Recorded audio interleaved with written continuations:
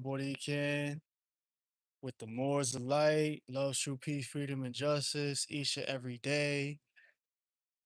I just want to share some Moorish perspective or a Moorish ontology. By definition, is just a branch of metaphysics that has to do with the way of being. And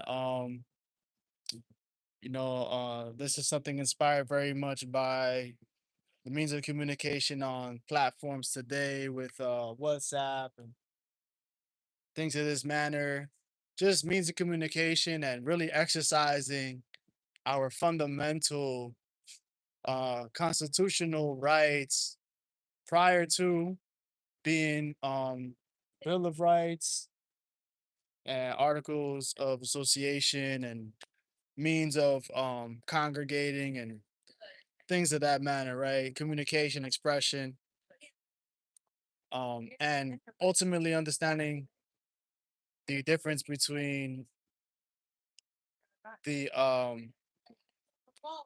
de jure and de facto, being that de jure is of your right and de facto being of a fact or a faction. And that's where we tend to part the line between what is private, what is public, and fundamentally, to give you guys a good example, mal se versus mal prohibitum, right? So malum se, U LUM, and then se se, and then malum prohibitus. Malum prohibitus is MALUM, or just mal. Prohibitus is another alternative way of spelling prohibited in Latin. I'll give it my best shot. It's Prohibitus.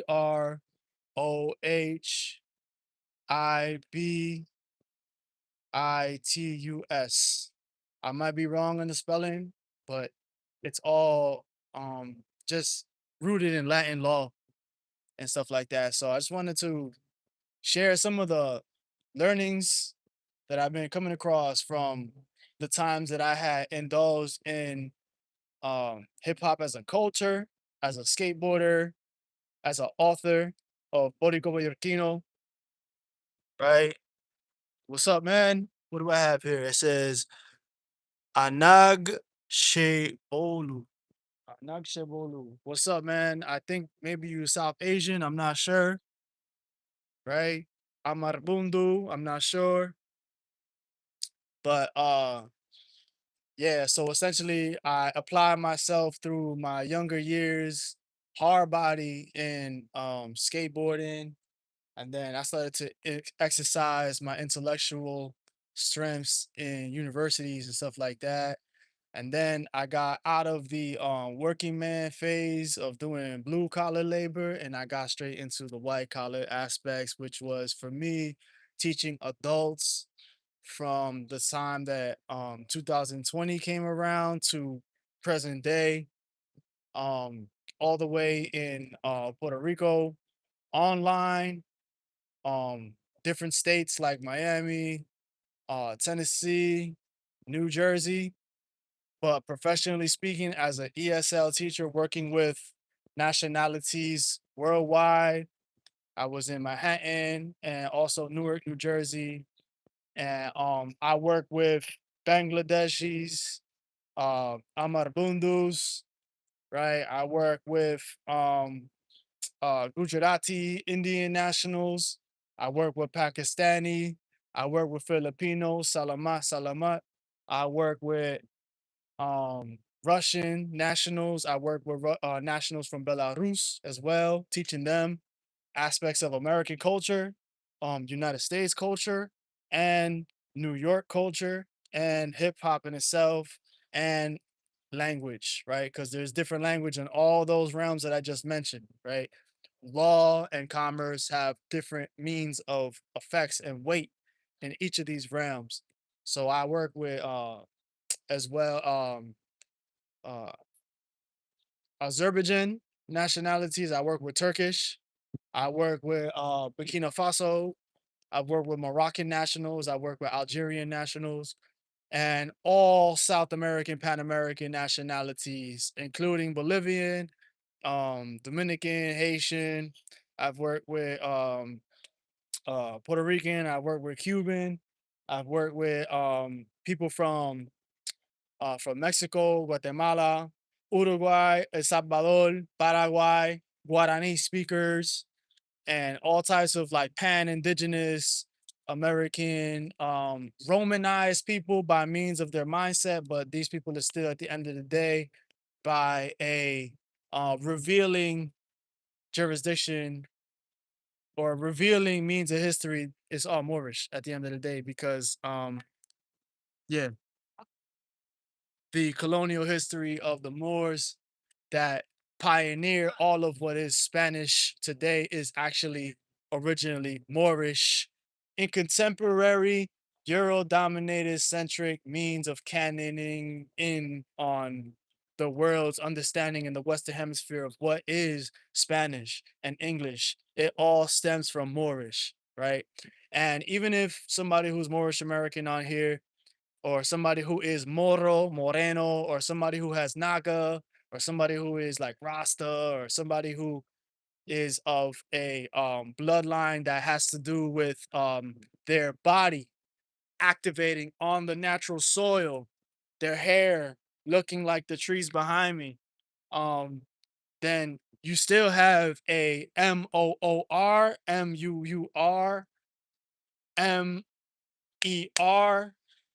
ish connection. It's a bloodline. It's a worldwide connection.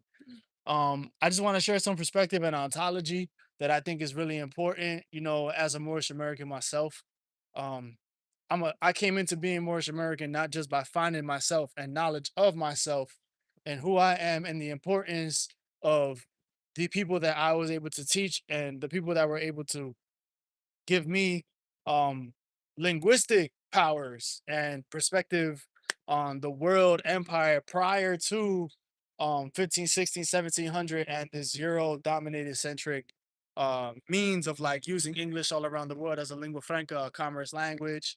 And like, you know, this very like American, so-called corporate American like mentality of dominating the world. I had to learn like what life was like not just for people in my family, but for people all around the world. Like how do people you know take care of their skin? Like what kind of foods do they eat? Do they go to the supermarket? Right. So these are like very basic fundamental aspects of an ontology that I had to learn. Right. I'm somebody that I had to learn how to upgrade. And this is something that anybody across the screen could learn as being something so important no matter what part of the world you're in. The people that do use English, the people that do speak American dialects, or the people that have European dialects that they do speak, it shows a level of privilege. It shows that they obviously like it screams that they have privilege or money or access that a lot of people in the third world or people in other countries that aren't so uh um aren't so assimilated or synchronized to this modern world paradigm. It shows that a lot of these people that come from these countries they scream money, right? Like they scream privilege, they scream money. And I wanted to understand this myself being from North America myself. Like I wanted to understand like why is it that everybody sees me as rich, not just because of my qualities and the person I am. And I started to notice that the more that I found aspects of my culture in other cultures around the world, then I really started to understand like why is it that I'm so much more rich. And I'll give you a very simple example in terms of just being Moorish as a whole, right? So obviously wearing the color white, it doesn't have to do with skin. White in law has to do with status, which means that you have a citizenship. That's all it means at a very, very basic, simple level. But when it comes to something that's material, let's get away from the politics and the civics for a second and let's get back into the real world, right? We have to separate the two. What's the color white? Like this is on my head right now.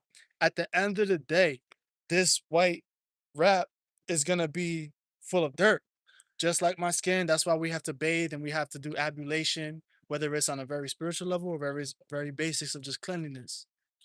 We have to understand that no matter what, these basics are gonna show, and we have to figure out how do you make this white again? Like how do you make it look new again? Very basic. Over here in this culture, at the end of the day, you take it off, you just throw it in a washing machine and it just washes by itself.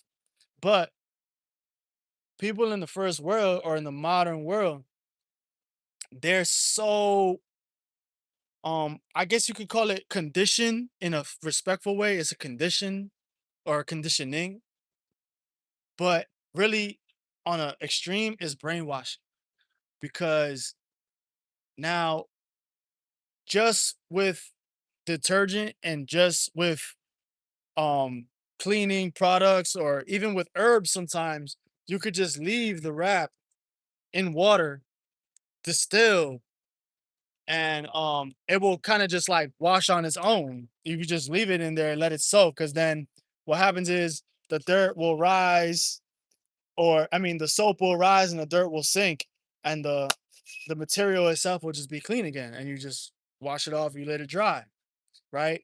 And that barely costs any money.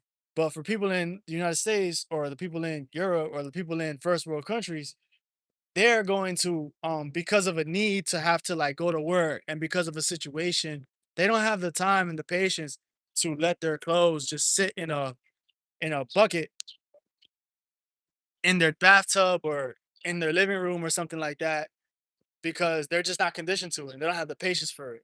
So these are like the very fundamental aspects of what we call over here in America, as we call it knowledge of self. You have to know who you are, who you come from. So when we say things like Moorish, we're talking about not just in continental North, Central, and South America being people that are giants like the NBA players and the NFL players with really beautiful, long, thick hair, the real autochthonous Americanos. We're also talking about a specific region in our Romanistic, Latinized worldview of centricity today with English and the commerce language. We're talking about pre Spain, 700 AD to 1400 AD, Al Andalusia, or in Spanish, Andalusia, right? Which in the end, what's behind me, when you see those arcs, they look like a C or like M's. Those arcs, the mathematics, the algebra, all of this stuff is not only Arabic, it's also Moorish, meaning that it's beyond a race. It's more about ontology. ontology, ontology. It's about being of or descend of the original peoples that are blessed with the grace of who they are and those of in which the world has chosen to amalgamate and become ish of more ish, respond to the earth, activate, and are more inclined to what nature just automatically does for you. Right. So this is just my perspective on um the divine and the national and movement aspect. The movement aspect is where it goes back to this ontology thing. We could read books, we could know law, and we could have all the money in the world. But if you don't know how to use those things, it's pretty much useless. Just like when people say knowledge is power, it's really applied knowledge that is power. Okay. A lot of people in the West, they associate sheer violence as being power, but that's not true. Because why? Because there is a divine and national aspect. The divine and national aspect has to do with very very specific means of self-determination. A good example would be the Moros in the Tondo Bangsamoro area. Another good means of self-determination would be the Maroons in the Atlantic American islands, right? Self-determination. Unfortunately, because of Western and Euro dominated ideologies, we see this as really just being federal or warlike peoples that is brought down in history that essentially gives birth to these particular nation states or republics. That's fabulous. That's cool. But we could also learn a lot by taking into consideration those of in which that don't call themselves Moors, but apply everything that is Moorish or everything that is of the old world. And as of right now, I've been learning about Guru Nanak.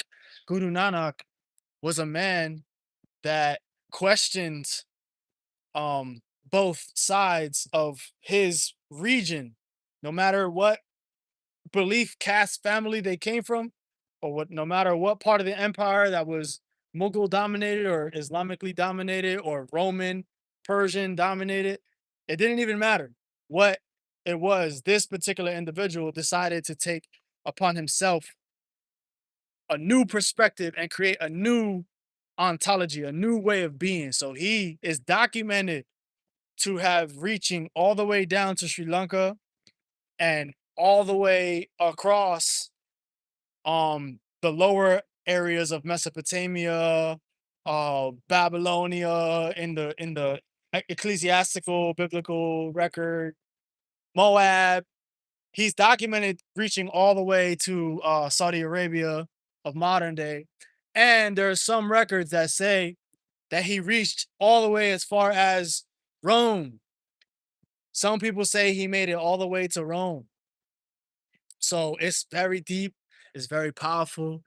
And I love Guru Nanak because of the fact that he challenged people in his time of what people try to commodify or they try to say, like, God only exists here in one thing. But the truth is, it's everywhere, it's omnipotent. It's ubiquitous, right? It's everywhere. It's air, it's water, it's leaves, it's in your head, it's in your mouth, it's what you speak, it's what you embody, it's morality, right? So it's more, it's more. It's not just one little house or one little building, right? So, or one religion or one power, right? So, this is something that I personally think is very powerful for somebody to do in a time where there was no tolerance for questioning, empires and dynasties. And a lot of this stuff was justified by their means of justification with just sheer violence.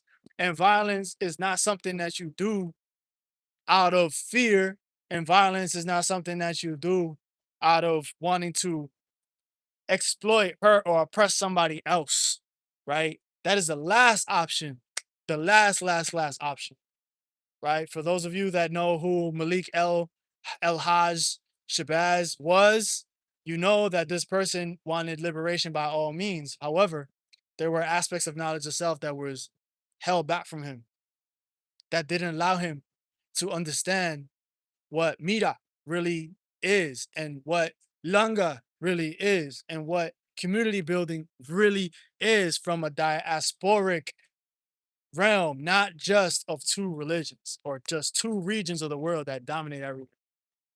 So Guru Nanak eventually passes on all of his wisdom, his pilgrimage experiences, his language, and they create a Gurmukhi or Gurmukhi. I forgot how to say it, but it's of the Guru's language, Punjabi language, down to this man Angad. Angad becomes the second guru from what I understand so far. And for anybody here, I'm doing this out of respect. I don't want to disrespect nobody. I'm trying my best to shine light on the things that I learned because I'm so enthusiastic about it. And I think it's beautiful. I think everybody should learn about this. So Guru Angad, he creates a language system and he really kind of like enforces and perfects a whole new way of life for people in Kartapur and other areas too, right? So um the third guru, from what I'm understanding so far, and I'm just reading off the top of my head, the third guru was an elder gentleman, um, Amar, who created more means of equality for women and protection of women to not have to um commit suicide no more, to not have to um hurt themselves or to be segregated, but find a place of service and refuge.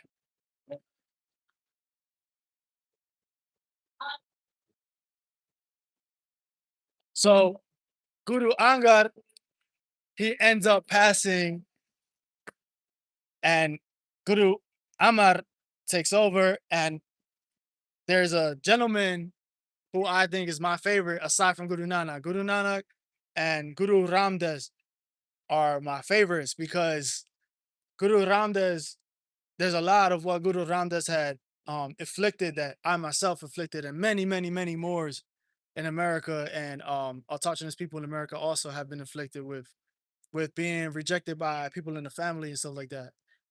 So Guru Ramdas comes from a very humble background and goes from being almost like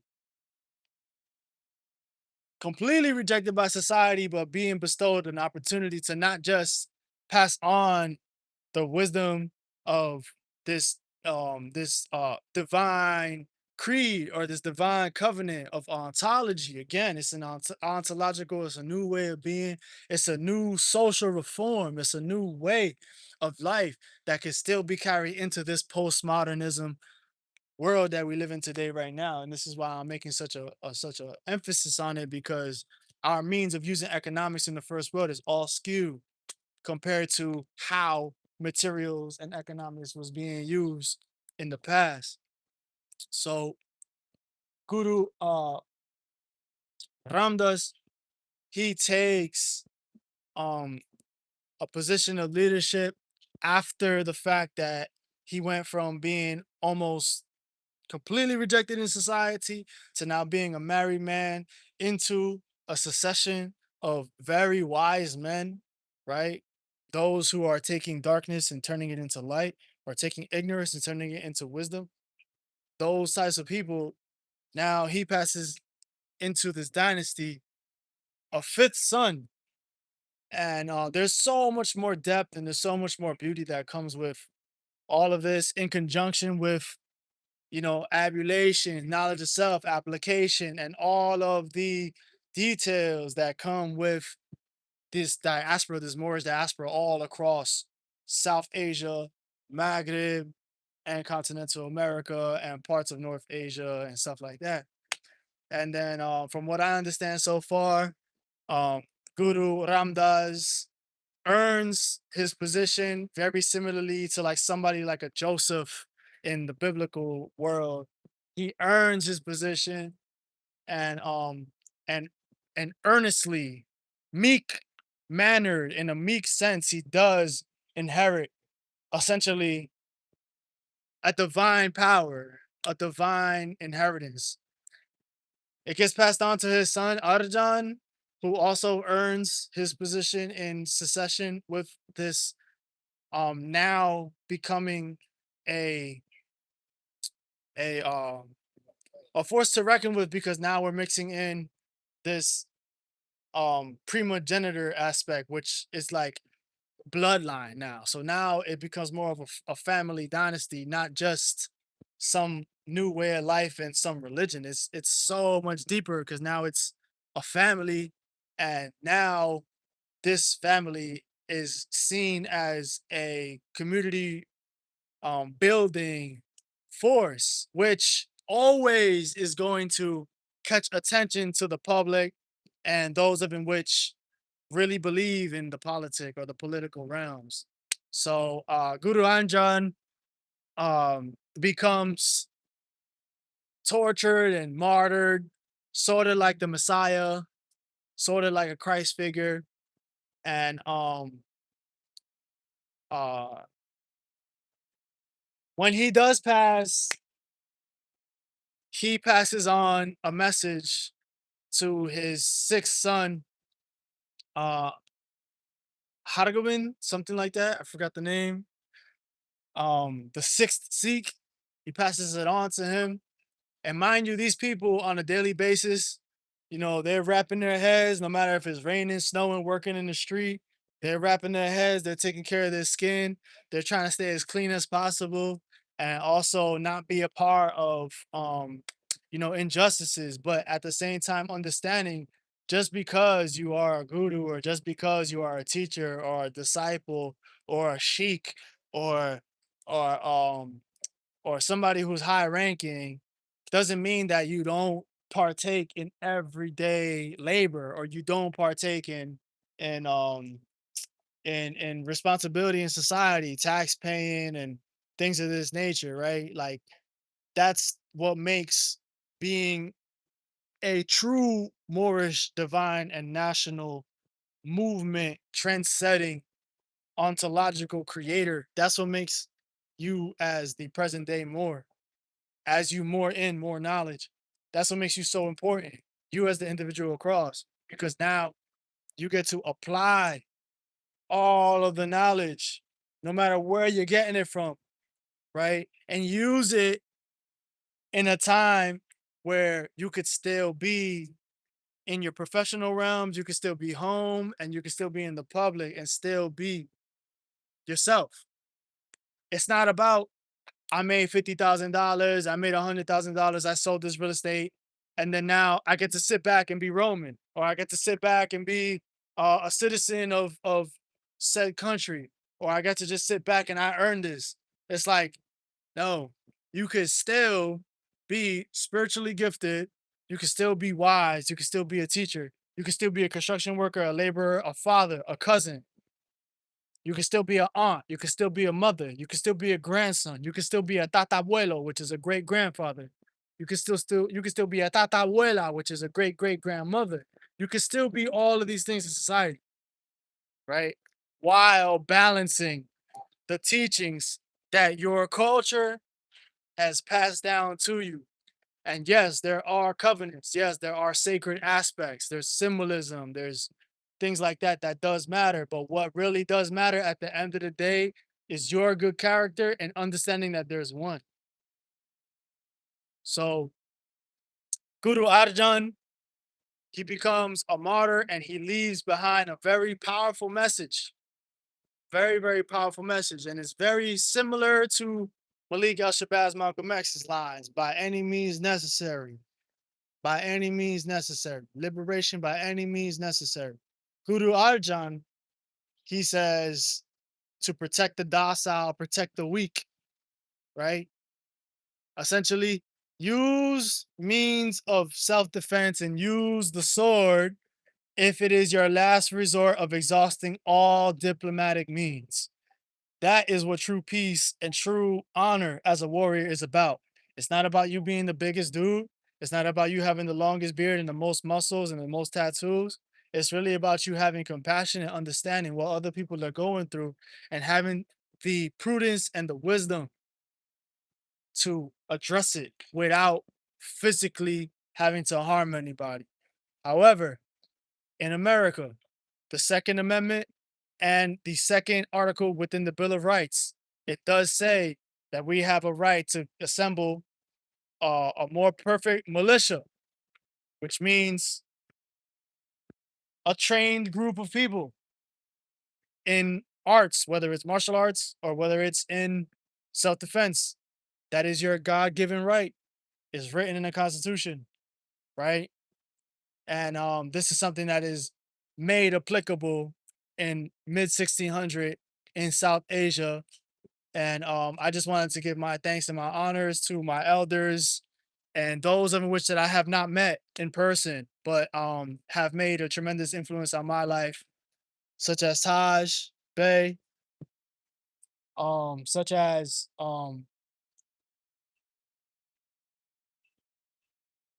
Brother Asir, such as C. Freeman, and Sister Rosbay, and just the gurus over here down in Jersey City as well at the Ware Guru facility over here in Jersey City. Also for those in Cuba that were able to show me um the extreme conditions that my family had to at some point uh flee from and come to the first world. So I just, like those in Cuba, my Moorish American teachers, and the Moors of Light, ultimately at the end of it all, moorsoflight.com if you want to know more. They essentially are the ones that have been helping me realize and actualize like my real dreams of just being myself in other realms aside from my hometown behind me.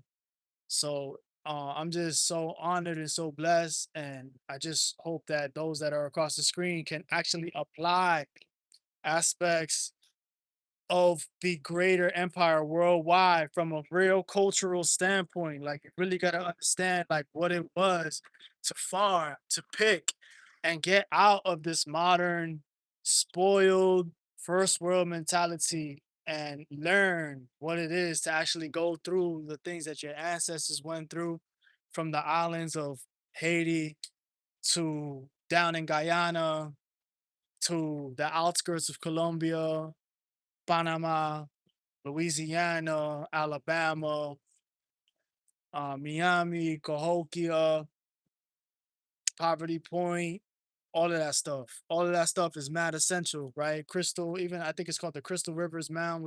Also have a pyramid in Crystal River, Florida.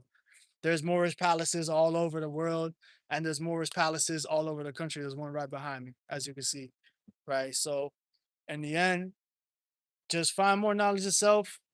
And I just wanted to share some of the things that I learned through the Sikhs beyond the system of Islamism, right? So in the end, I love my Islamic brothers. I love my Christianized brothers, those that are real followers of the Messiah himself, Christians, the Mohammedans, the real followers of Muhammad and Islam, those who are following the Ibri route, or those who can see all realms of it and can bring it all together. At the end of the day, real recognize real. I respect anybody that's really on knowledge and uplifting humanity for just, for the sake of morale. So, um, yeah, I just wanted to just get on here and freestyle and just leave a pretty good positive message for those to be able to see in the future. Disclaimer, if you made it to the end of this video, anybody that's professionally leveraging any means to use my um birth name against me in commerce, there is consequences for that by way of UCC liens. Just letting you know, do not go out of your way to defamate anybody's character in the Moorish Divine National Movement, as well as those of in which that are in my personal corner as well, because it is part of my reputation and my professionalism to uphold what it is that I'm doing as not just a professional, but as a family man that is holding on to two very special nationalities in the American continent, being Cuban and Puerto Rican. So much love to everybody. Love to peace, freedom, and justice. Moresalight.com by teaching, teaching by trade, working profession. Your boy Marcoelboriken, and you already know what it is.